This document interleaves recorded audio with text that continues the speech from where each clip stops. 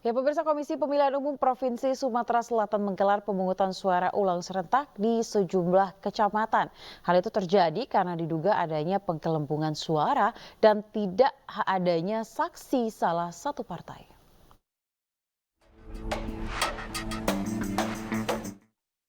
Sempat terkendala tertukarnya surat suara antar dapil pada pemilu 14 Februari lalu.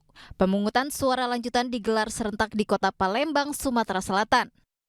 3 kecamatan yang melaksanakan pemungutan suara lanjutan yakni 6 TPS di Kecamatan Kalidoni, 2 TPS di Kecamatan Gandus, sedangkan di Kecamatan Kertapati ada 12 TPS dengan rincian 10 TPS untuk DPRD Provinsi dan 2 TPS untuk DPRD Kota Palembang.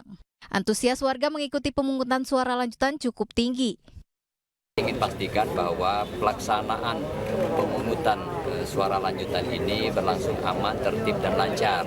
Yang kedua, tingkat partisipasinya juga cukup tinggi, kecuali ada yang meninggal, ada yang keluar kota, dan juga ada yang lansia, tetapi tetap dilakukan sesuai dengan peraturan yang ada. Dikunjungi koordinasi dengan Forkopimda itu sudah mencapai ada yang 68%, 76%.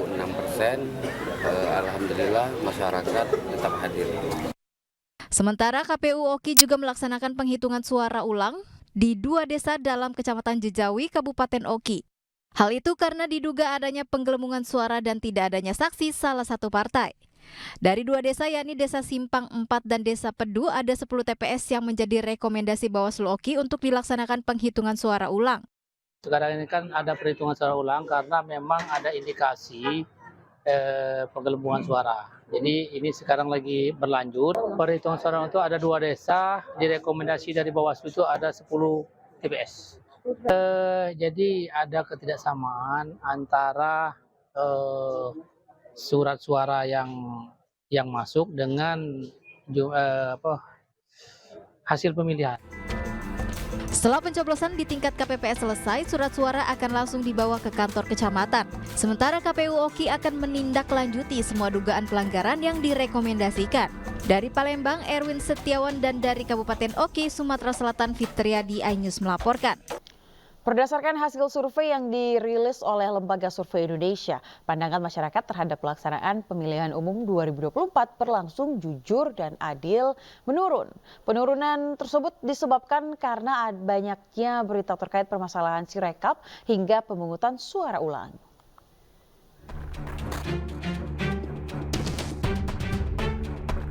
Partisipasi masyarakat sangat tinggi pada pemilu yang telah diselenggarakan pada 14 Februari 2024 lalu.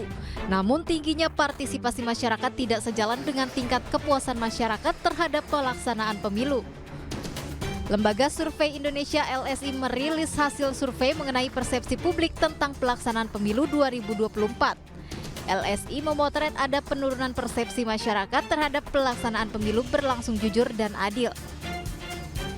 Meski saat melakukan exit poll pelaksanaan pemilu jujur dan adil pada 14 Februari, penilaian responden mencapai 94,3%.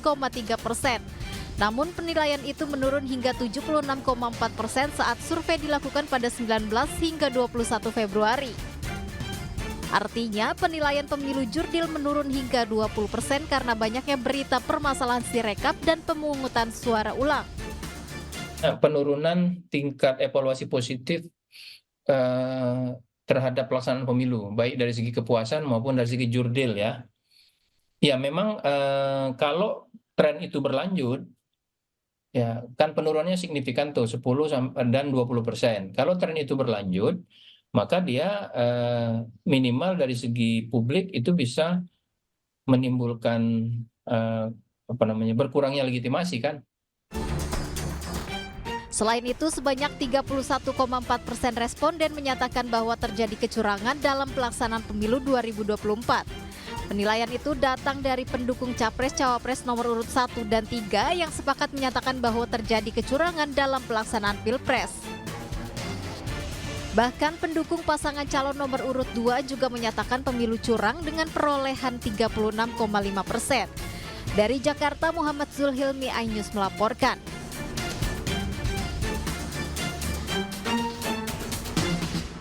Terima kasih Anda masih bersama kami pemirsa. Dukungan Koalisi Perubahan terhadap semua langkah untuk mengungkap kebenaran dan menghasilkan pemilu yang jujur dan adil makin membuka lebar wacana penggunaan hak angket.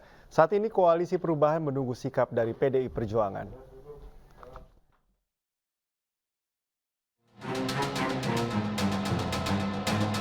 Koalisi Perubahan yang mengusung pasangan calon Presiden Anies Baswedan, Muhaimin Iskandar, mendukung jika memang ada niat baik untuk mengungkap kebenaran terkait laporan dugaan kecurangan dalam pemilu 2024 dengan cara hak angket. Saat ini mereka tinggal menunggu PDI Perjuangan. Akan menunggu apa yang dilakukan oleh PDI untuk mengajukan angket, ya. Kami sangat mendukung, sangat senang, ya. Kalau ada yang melangkah begitu, kita ada di belakangnya, kita siap, kita akan mengawal, kita akan cek sampai ke detail-detailnya, ya. Dan saya yakin pertemuan ini akan berlanjut. Berbagai masalah terjadi di pemilu 2024. Salah satu yang masih menjadi pertanyaan adalah penggunaan aplikasi Sirekap sebagai penghitungan suara. Dalam sebuah surat pernyataan, PDI Perjuangan menolak penghitungan suara dengan aplikasi Sirekap. Surat ini ditujukan ke Ketua KPU. Menyusul PDI Perjuangan, DPP Partai Keadilan Sejahtera, PKS, juga resmi melayangkan surat kepada KPU untuk meminta menghentikan Sirekap dalam penghitungan perolehan suara pemilu 2024. Politikus PDI Perjuangan Adian Apitupulu menegaskan hak angket merupakan pilihan konstitusi dan tidak boleh dilarang. Kesadaran setelah melihat temuan dugaan pelanggaran penyelenggaraan pemilu membuka peluang komunikasi hak angket akan berjalan. Artinya kesadaran ini mulai nampak di seluruh rakyat kita, pendukung 01 dan 03, di bawah kita sudah mulai komunikasi, kita sudah mulai ketemu. Hak angket sepertinya akan berjalan, dan itu adalah pilihan konstitusional. Hak angket itu adalah hak yang diberikan oleh konstitusi pada DPR, dan tidak boleh ada satu orang pun atau satu kekuatan pun yang melarang hak itu untuk digunakan oleh anggota DPR. Apapun kepentingannya, tidak boleh. Kalau dia coba melarang hak angket itu, artinya dia larang adalah digunakannya hak konstitusional. Dengan berbagai temuan dugaan kecurangan, rakyat Indonesia berhak mendapatkan penjelasan sebenarnya apa yang sedang terjadi. Tim Liputan iNews melaporkan.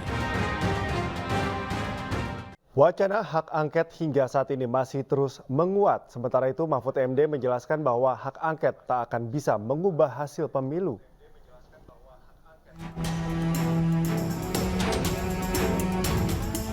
Usulan hak angket bergulir pasca pemilu 2024.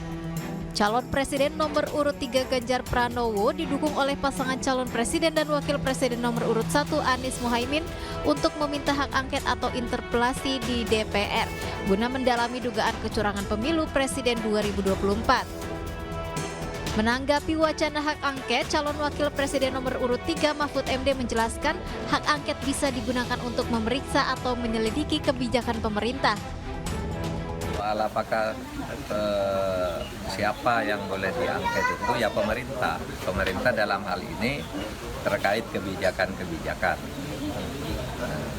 Bukan hasil pemilunya. Angket itu tidak akan mengubah keputusan KPU, tidak akan mengubah keputusan MK nantinya. Itu jalur tersendiri.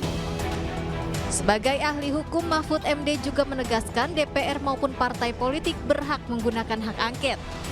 Namun ia berpesan bahwa tetap ada koridor dalam kebijakan pemerintah, khususnya untuk melakukan investigasi atas kebijakan pemerintah. Dari Sleman, Yogyakarta, Gali Wisma, iNews melaporkan.